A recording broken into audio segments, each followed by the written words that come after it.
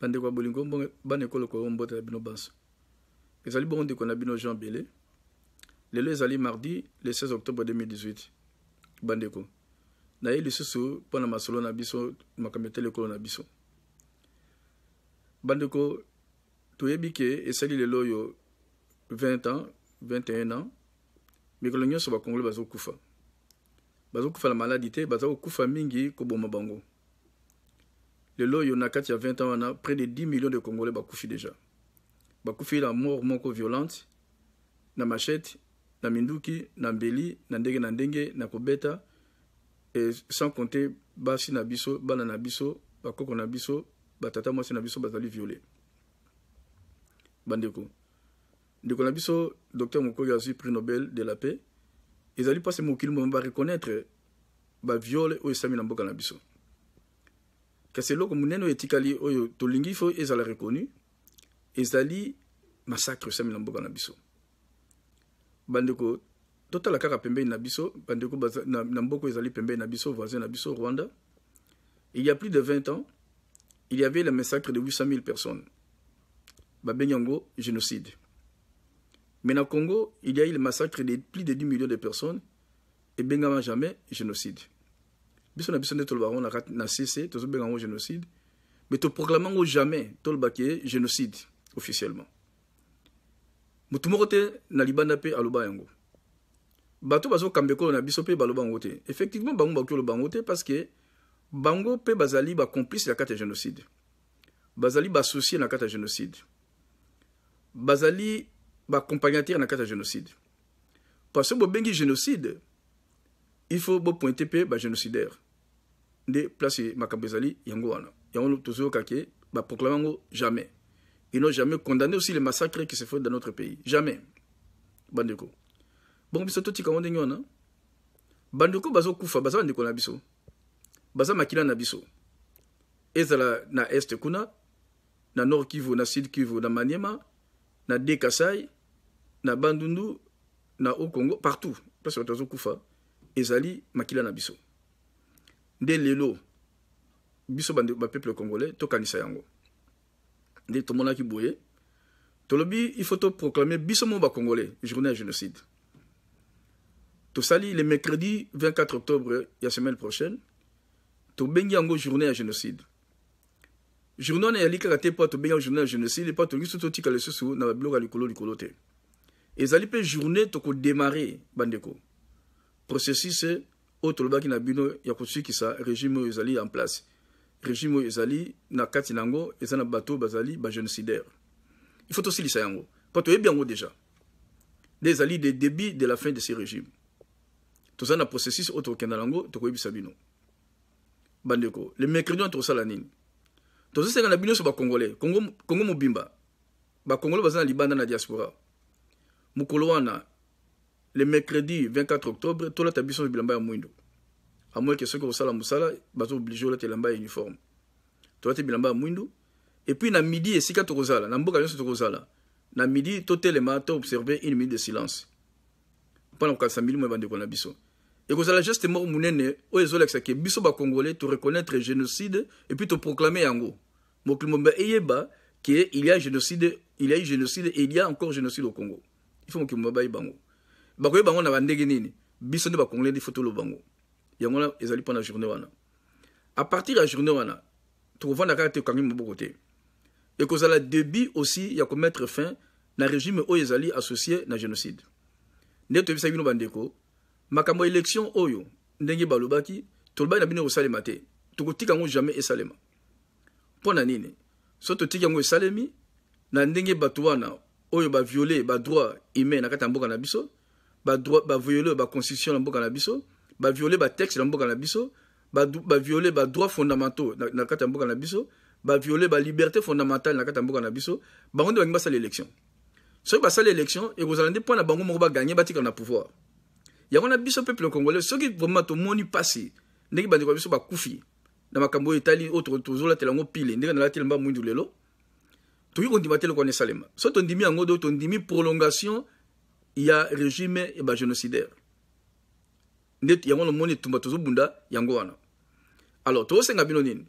to senga bino bo propager makambo tozoloba na ba image tozotinda na biloko nyonso bo propager yango bandeko nyonso bayebake le mercredi le 24 octobre biso se obilamba mwindu et puis une minute de silence à midi oyo kolandezali nini oyo kolandezali to pesa bino ba instruction mukolo na mikolo parce que tozokenda na fin ya régime oyo plan to sala kinde to yebisaki bino ezali déjà en marche et ko démarrer le mercredi le 24 octobre nde mukolo mukoto ndo sabino lo nini ko salema et lo nini bino pe bo sala parce que to lingi biso ba congolais biso to participer pour to ko sabato bandeko na yebisaka bino ke mutu moko ta ko libérer Congo soki biso moko te Congo eza ya biso mutu moko ta lingi Congo ko leka biso to moni makamesa na francophonie bato babalukeli biso eza bato to tiaki motema yango lo moni bozala mayele tozala mayele tozala kiliba te bandeko bato musu bazo tuna balobi mais eko salema ndenge nini bandeko il y a un an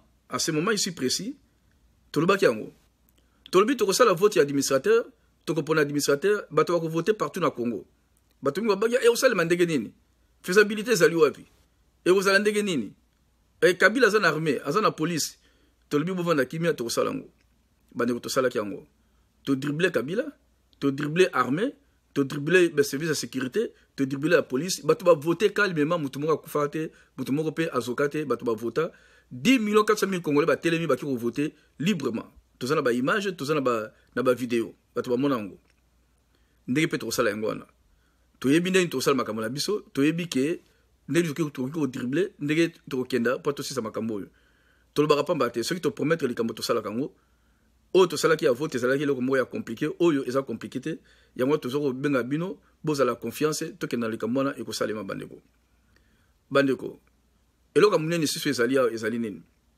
ezali bino nyonso esika bozali bo sensibiliser na ba école na ba winje na bazando na misala bo sensibiliser ba ninga na bino so bozi message oyo bayeba ke le 24 octobre na banda kwa Nzambe na ba muziki na ba likelemba le 24 octobre il y a la journée il y a génocide biso to proclamer biso peuple congolais biso to kita na balabala to kotelema to lati bilamba mwindu to observer une minute de silence pour la milimo ya bandeko na biso to senga pe na banda kwa Nzambe babeta ngonga na l'air wana le 24 octobre na midi ngonga beta na ba paroisse nyoso pour la to lobake le lot to kanisa milimo ya bandeko na biso bandeko Nzambe abukasi bonso apesa bino makasi mboka na biso to gagner tumboyo na yebisa bino ke to koma na élection yote o tozo banda et ali processus ya début de la fin de ce système oyo bazali associé na génocide Nzambe abatela bino mabota na bino apesa biso makasi biso bana Congo apesa biso pe mayele lisusu pato sisa makambo oyo to libérer mboka na biso so mboko ezali libérer to kota na transition ya malamu transition oyo ndenge to sala vote et bimisala biso ba administrateur yango nde ko permettre biso toza na ba élection apaisée bato ba ko gagner bato ba ozala makoki ko gagner et ko permettre to kota na vraie démocratie o ba liberté d'expression vous allez respecter ba droit de l'homme vous allez respecter bana ba kota classe na ndenge elongo bani ba ko soigner ba malade na ndenge elongo bani bato ba kozwa misala na ndenge elongo bani to ressources na makambo toza na ngo lelo te ba soda la biso ba ko futa ba mbongo na ndenge elongo bani ba policier na biso ba kozala bien ba enseignant na biso ba kozala bien ba fonctionnaire ba kozala bien ba infirmier pe kozala malamu mboka ekotambola lokwa mboka biso ezotambola eko na biso ya l'école moko riche mais makambo ezo lekande e comme si biso pauvre yango na to komi ba misérie bandeko baloba na français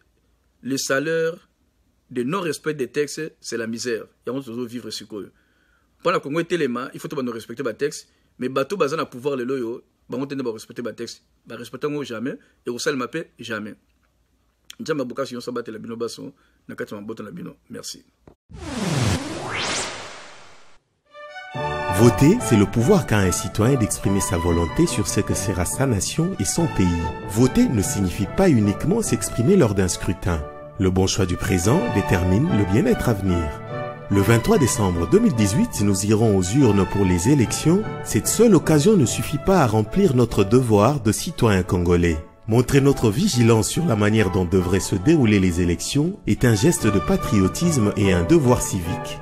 Le calendrier électoral publié par la CENI n'a pas prévu l'utilisation de la machine à voter, Par contre, il prévoit l'impression des bulletins papier du 7 octobre au 15 novembre 2018. La machine à voter pose des problèmes de fiabilité et peut être sujet à des probables piratages. Le choix de l'électeur n'est pas à l'abri des modifications volontairement programmées. On ne peut à l'état actuel des choses certifier que le vote de l'électeur sera fidèlement retranscrit.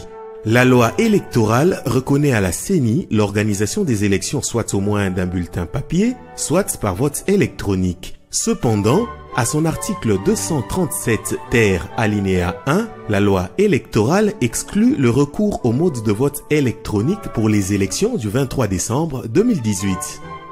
Pendant les élections, dans la majorité des cas, on fera face à des électeurs non formés à l'utilisation de la machine à voter. Ils devront donc être assistés par les agents du bureau de vote, ce qui annule le sens secret du vote, et cela prendra plus de temps pour voter. Le lancement d'une vaste campagne contre le recours à la machine à voter aux élections du 23 décembre 2018 et contre l'utilisation en l'état du fichier électoral actuel. Et nous devons dire non à la machine à tricher.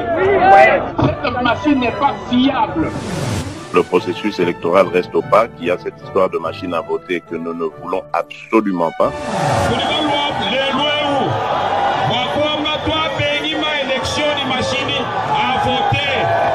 Machine à voter n'a bien voté. Donc dès que nous avons bien voté dans peine au Kangote, à Paris, on a bien na Kenya au Kangote. 10 millions sur 40 millions d'électeurs, 10 millions on a Bazalakate. Togo kende élection na Batouana. Élection ya Moyibi et Lingorbanini. Cette machine à voter, j'assume mon propos, c'est une machine qui a été créée à une seule fin, c'est de pouvoir tricher aux élections. Il faudrait tout bloquer. La machine wana a volé, machine ya Kindoki. Machine à voter.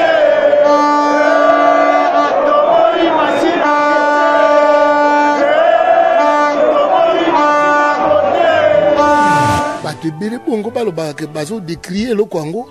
Bongo bino continue ko brandir ango kaka. Pour toutes ces raisons et pour des élections crédibles, nous disons non à la machine à voter.